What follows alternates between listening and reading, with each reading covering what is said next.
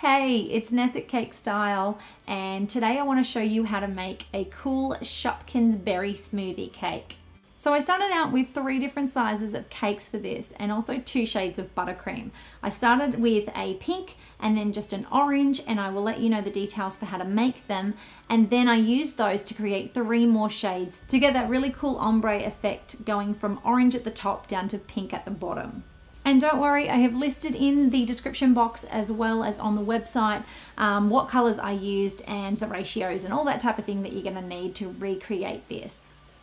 So I've added some filling layers, and then I've gone ahead and chilled the cake just a little bit before grabbing a 7-inch round cake plate and using that as a guide so that I can cut this shape.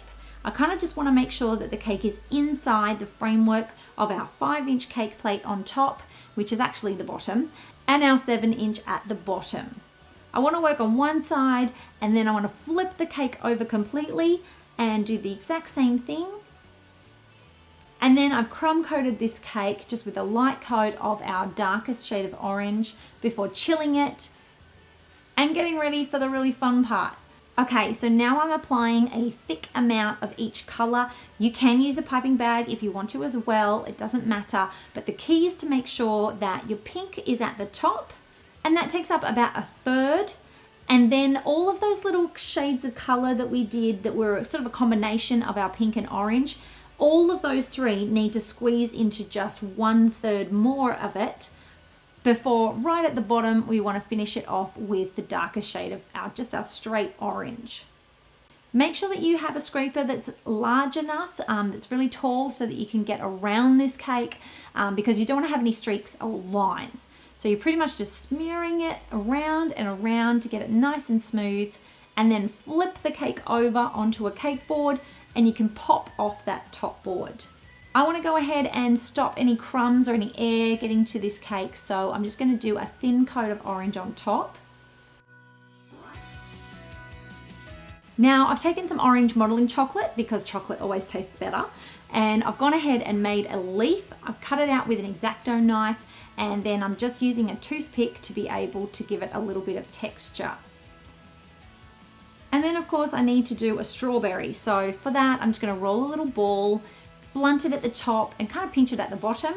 And the last thing you need to make is kind of using a calyx cutter, or I cut this by hand to show you that you can, and you want to make the little tuft of what's normally green go on top of the strawberry. Now chocolate sticks to chocolate, but if it doesn't want to stick to itself, you can go ahead and apply a dab of water. And then I'm popping these off to the side while I get started on the straws. So the straws are really easy because I'm just rolling them out into a long sausage, trimming them up a little bit, and then all you want to do is give them a light bend towards the top. And then I'm using a toothpick to kind of make those markings for where it's curved, because you want that concertina kind of look to the straw. And I'm using a shortened bamboo skewer to slide up in there, and that way I can pop it into the cake.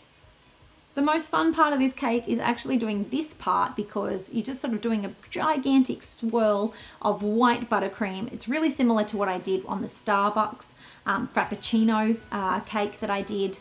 And all you want to do is whip that around and then pop the straws in, add our little strawberry in our leaf, and then it just needs a face. So you probably see me do lots of different faces on cakes, and we have a bit of a winky eye for one of these, and then we have a regular eye that's round, so I'm just using the end of a piping tip for that and giving it some little lashes. I'm using some white modeling chocolate, which can tend to be kind of sticky, so you want to start with a small amount and then dab it around just to add those little accents to the eyes. I've also rolled out some red modeling chocolate super thin, but if you're worried about this and having any trouble, remember you can pipe this with buttercream if you would rather do that. And the last thing this Shopkins needs is some little arms and legs, so I'm using some pink modeling chocolate that I have made as close to the shade of buttercream as I possibly can, and I'm just going to shape those with an X-Acto knife and just with my hands. Pop the little feet on. Now one arm goes out, so I'm using a toothpick to help keep that in place, and then the other one is kind of hugging around itself. And there you have it, guys. We have berry smoothie. It's a pretty cute Shopkins. For anybody who loves smoothies like me, I hope you really like this cake. And remember to subscribe to the channel, and I will see you next week with another video.